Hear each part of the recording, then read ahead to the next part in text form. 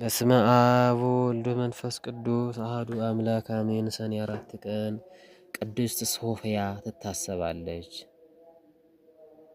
በቀደመ ዘመኑ በነበሩ ክርስቲያኖች ዘንድ ተወዳጅ ስም ነበር ሶፊያ። ዛሬም ብዙ አሕዛብ ሲጠሩበት ብንሰማም ትርጉሙ ግን ጥበበ ክርስቶስ የሚል ነው። በዚህ ስም የሚጠሩ አያሌ ቅዱሳት አንስት ቢኖሩም አንዷ ዛሬ ትከበራለች።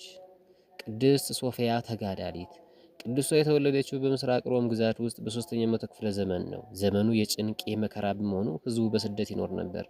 የቅድስት ሶፊያ ወላጆቿ ክርስቲያኖች ናቸው። በመልካም መንገድም በንጽህና አሳድገዋታል። ባለጠጎችን በመሆናቸው አገልጋይ ቀጥረውላት ያማረ ቤት ሰርተውላት በዚያ ትኖር ነበር። ሁሉም ያላት ብትሆንም ሁሉን ንቃ በጾምና በጸሎት ትኖር ነበር። ለአቅመ ሔዋን በደረሰ ጊዜ ወላጆቿ ለከተማው መኮንን ገዢ ሊድሯት መሆኑን አወቀች። ወደ ቤቷም ገብታ 100 ጊዜ ሰገደች። ወደ ፈጣሪዋም ጸለየች። ጌታዬ አምላኬ መድኃኒቴ ኢየሱስ ክርስቶስ ሆይ የዚህን ዓለም ቀንበር አታሸክመኝ አልችልምና፣ ያንተው ቀንበር ግን የፍቅር ነውና እችለዋለሁ አለች። አገልጋያን ጠርታ ብዙ ወይን አጠጣታ ልብስ ተቀያየሩ። በሌሊትም ወጥታ ወደ በረሃ ሄደች። ዓላማዋ ምናኔ ቢሆንም የእግዚአብሔር ፈቃዱ ግን ሌላ ነበር። በመንገድ ብዙ ክርስቲያኖች በመከራ ብዛት ሲሰደዱ አገኘቻቸው። እርሷ ስደትን አልመረጠችም። እያጠያየቀች ሰው በላ ከተባለው አረመኔ ንጉሥ ዲዮቅልጥያኖስ ደረሰች። በንጉሥ ፊት ቀርባ እኔ ክርስቲያን ነኝ አለችው። ንጉሥም ከመልካዋ ማማር ከድፍረቷ የተነሳ አደነቀ። ሊያባብላትም ሊያስፈራራትም ሞከረ፣ ግን አልተሳካለትም። ወታደሮች መሬት ላይ ጥለው ጦር ባለው የብረት ዘንግ የደበድቧትና ደሟ አካባቢውን አለበሰው። መሬት ለመሬት እየጎተቱ እስር ቤት ውስጥም ጣሏት። ቅዱስ ገብርኤል መጥቶ ፈውሷት ሄደ። አንዴ በእሳት አንዴም በስለት ሌላ ጊዜም በግርፋት አሰቃዩዋት። ከሃይማኖቷ ግን ሊያነቃንቋት አልቻሉም። በመጨረሻ አንገቷ እንድትሰየፍ ንጉሱ አዘዘ። ወታደሮችን ፈጸሙት። ጌታችን ኢየሱስ ክርስቶስን ወርዶ ቅድስት ሶፊያን በክብር አሳረጋት። ስምሽን የጠራ መታሰቢያሽን ያደረገ የምሕረት ቃል ኪዳንን ያገኛል፣ የምሕረትን ቃል ያገኛል አላት። የእናታችን የቅድስት ሶፊያ ረድኤቷ በረከቷ በሁላችን ላይ እጽፍ ድርብ ሆኖ ይደር፣ አሜን። በዚህ ዕለት ቅዱስ ዮሐንስ ዘሐራቅሊ ይታሰባል።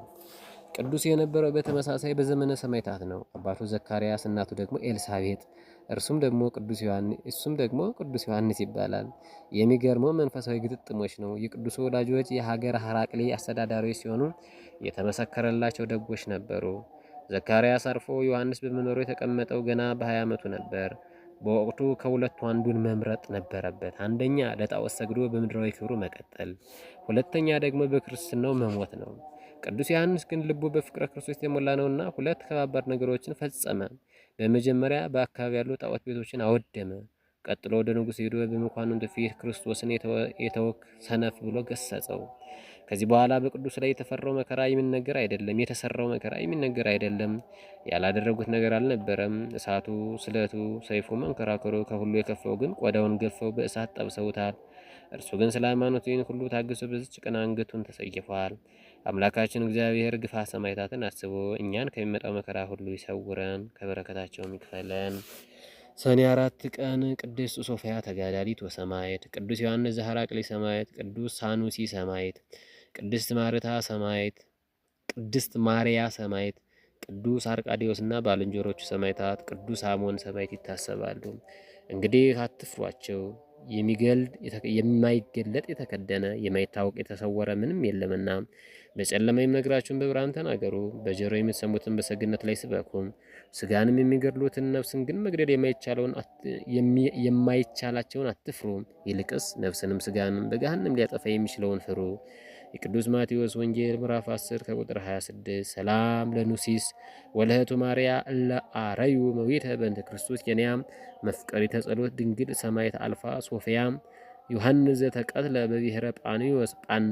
በብሔረ ጳንጦስ ወፍርግያ አሞኒ ወሚናስ አርቃዲዮስ ወሙናስያም ሰላም ለሶፊያ ጊዜ መተሩ ክሳዳ ዘተረከበ ስጋሃ ከወይኖ ጻዳም ወዮሐንስ ዘሐራቅሊ ዘተካፈለ ከበዳ ሳኑሲ ወማርያ ለሀገረ በልኪን በአውዳ ምስለ ሰማዕታት ዘአወፈዩ ደመ ስምዖን ጋዳ። በዕለቱ ከተነሱት ቅዱሳን ረድኤት በረከት ይክፈለን። ዘአቅረብኩ ማሕሌተ አዘኪሬ ይላፈ ምለተ ጸምዱከ ዘልፈ ለላ አነብብ ተወከፍ ዘንዴቴ መጽሐፈን ተረሰከ እግዚኦ ጸሪቀ መበለቱ ኮፈ እምላአቡ ላን ዝትርፈ ነቢያት ቅዱሳን ሐዋርያት ሰባክያን ሰማዕታት ጻድቃን ወመላእክት ትጉሃን ደናግል አድዮ መነኮሳት ሄራን ባርኩ ባርኮ ጉባኤ ዘተመካን እስከ አረጋዊ ልሂቅ እምንዑስ ሕፃን ለዘጻፎ በቅርታስ ወለዛ ጻፎን ዘይድረስ ለዛኖ ትርጉም በልሳን አዲስ ወለሰማ ቀለም ዘመንፈስ በጸሎተም ማርያም አራቂተ ኩሉም ባይ ሰውረ ይማረነ ኢየሱስ ክርስቶስ ሰውረ ይማረነ ኢየሱስ ክርስቶስ ሰውረ ይማረነ ኢየሱስ ክርስቶስ ወይፈን ወለነ ጸጋ መንፈስ ቅዱስ እምይእዜ እስከ ለዓለም እስከ ዳግም ልደት ወስብሐት ለእግዚአብሔር ወለወላዲቱ ድንግል ወለመስቀሉ ክቡር አሜን።